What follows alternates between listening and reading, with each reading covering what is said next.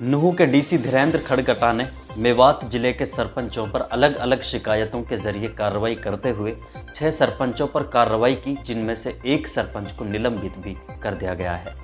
इन सभी सरपंचों पर फर्जी कागजात के जरिए चुनाव लड़ने का और भ्रष्टाचार में शामिल होने के आरोप थे। इनमें से रोज का मेव और डूंगेजा के सरपंच पर भ्रष्टाचार में शामिल होने के आरोप थे। वहीं 16 का सिरौली आंधा की और बढ़ा की महिला सरपंचों पर आरोप था कि उन्होंने चुनाव लड़ने के लिए फर्जी दस्तावेजों का सहारा लिया था। इनमें से डूंगेजा की महिला सरपंच को निलंबित कर दिया गया है और 5 सरपंचों के बर्खास्त के आदेश जारी किए गए हैं। नूंह के डीसी ने बताया कि कई गांव की महिला सरपंचों के खिलाफ शिकायत मिली थी कि उन्होंने चुनाव लड़ने के लिए फर्जी दस्तावेज जमा किए थे, जिनमें से 8वीं और 10वीं का सर्टिफिकेट उत्तर प्रदेश बोर्ड से बनाए गए थे, जो जांच में फर्जी पाए गए थे। रोज का मेव के सरपंच को 25 करोड़ के घोटाले के आरोप में पहले ही बर्खास्त किया जा चुका है।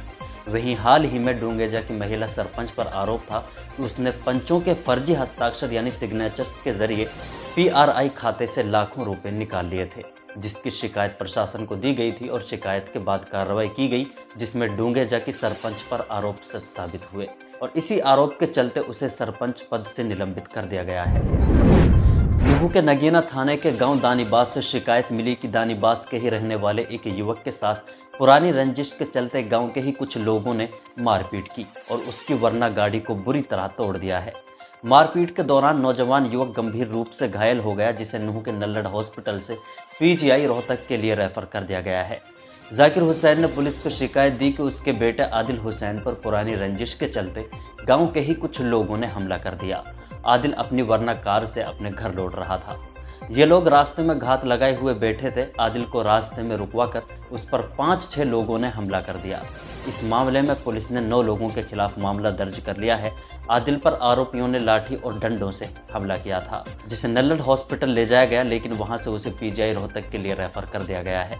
वहीं शिकायत में बताया गया है कि आरोपियों ने गाड़ी में रखे कुछ कागजात और 2400 रुपये निकाल लिए हैं। जांच अधिकारी ने कहा है कि सभी आरोपियों के खिलाफ मुकदमा दर्ज कर लिया गया है और सभी आरोपियों को बहुत जल्द गिरफ्तार किया जाएगा। हाल ही में हरियाणा के रोहतक जिले की पुलिस ने नूंह मेवात के एक साइबर ठग को गिरफ्तार कर लिया है। उस पर आरोप था कि उसने रोहतक जिले के रहने वाले एक व्यक्ति से गलती से खाते में 20,000 रुपये के डलने का झांसा देकर 80,000 रुपये की ठगी की थी। राहुल ने पुलिस को शिकायत में बताया था कि कुछ दिनों पहले उसके पास एक मोबाइल नंबर से सुबह फ़ोन आया था कि आपके खाते में गलती से 20,000 रुपये डाल दिए गए हैं। साइबर ठग ने राहुल से पैसे वापस भेजने की बात कही और इसके बाद साइबर ठग ने राहुल को अपने खाते में बैलेंस चेक करने को कहा, तो राहुल के खाते से पासवर्ड लगते ही 4 ट्रांजैक्शन हो गई, जिससे 4 ट्रांजैक्शंस के जरिए 80,000 रुपये गायब हो गए। अब हाल ही में पुलिस ने नूंह के ढाणा गाँव के रहने वाले साइबर ठग को गिरफ्तार कर लिया है और उससे अपराधों के बारे में पूछताछ की जा रही है।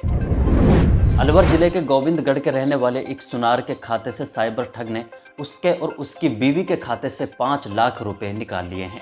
गोविंदगढ़ राजस्थान के सुनार ने पुलिस को शिकायत में बताया कि 28 जनवरी को कुछ लोगों ने रास्ते में चलते हुए उसका मोबाइल फ़ोन छीन लिया था।